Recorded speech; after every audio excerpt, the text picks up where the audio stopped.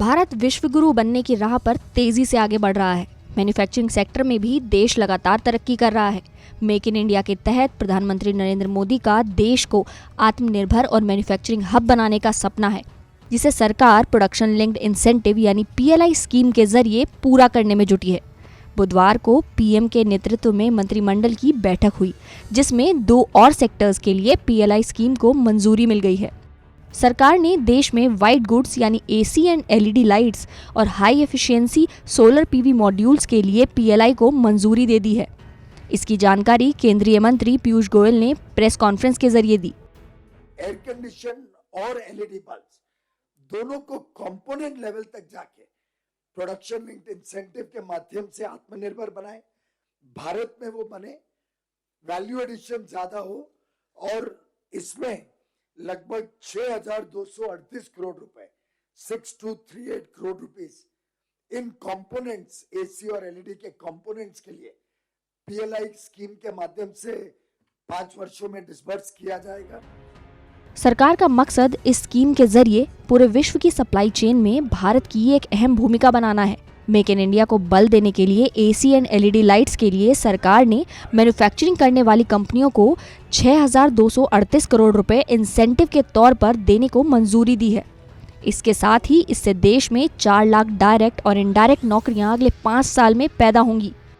AC and LED lights की PLI के तहत 1.68 लाख करोड़ रुपए के प्रोडक्शन की भी उम्मीद है। इसके साथ ही इससे करीब 64,400 करोड़ रुपए के एक्सपोर्ट की उम्मीद है। फिलहाल देश में 70 से 80% एयर कंडीशनर्स विदेशों से आते हैं, जबकि भारत में सालाना एयर कंडीशनर्स की डिमांड 15 से 20% बढ़ रही है। देश की डिमांड पूरी करने के लिए और देश को एक्सपोर्ट के लिए सक्षम बनाने के लिए सरकार ने इस स्कीम का ऐलान किया है। व्हाइट गुड्स के अंतर्गत आने वाले सामानों में fridge, washing machine, air conditioners और बिजली के घरेलू उपकरण आते हैं। हालांकि दुनिया में LED के मामले में भारत आगे है। उजाला योजना के तहत भारत में LED लाइट्स की कीमतें 85% तक कम हो गई हैं। इसके साथ ही मैन्युफैक्चरिंग भी तेजी से बढ़ रही है। सरकार ने 13 PLI योजनाओं के लिए 1.97 लाख करोड़ रुपए की बजट की व्यवस्था की है, लेकिन अभी भी LED बनाने के लिए कुछ उपकरण इंपोर्ट किए जाते हैं। इन्हीं को देश में बनाने के लिए सरकार ने ये कदम उठाए हैं, जिससे भारत में बने उपकरणों का इस्तेमाल पूरी दुनिया कर सके। अगर हम 35 लाख करोड़ सिर्फ इन स्कीमों से अगले 5 वर्ष में इंक्रीमेंटल प्रोडक्शन करेंगे तो उसका काफी बड़ा अंश भारत में इस्तेमाल होगा।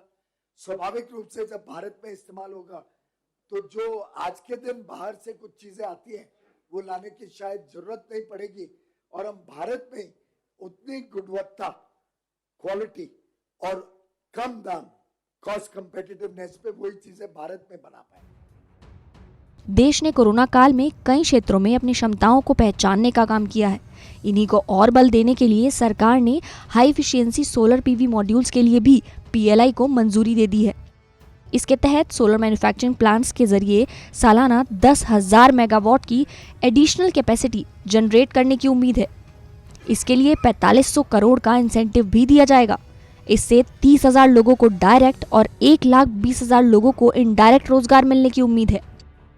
इससे देश सोलर से बिजली बनाने में आत्मनिर्भर होगा। इसके साथ ही बिजली की कीमतें भी नियंत्रण में रहेंगी।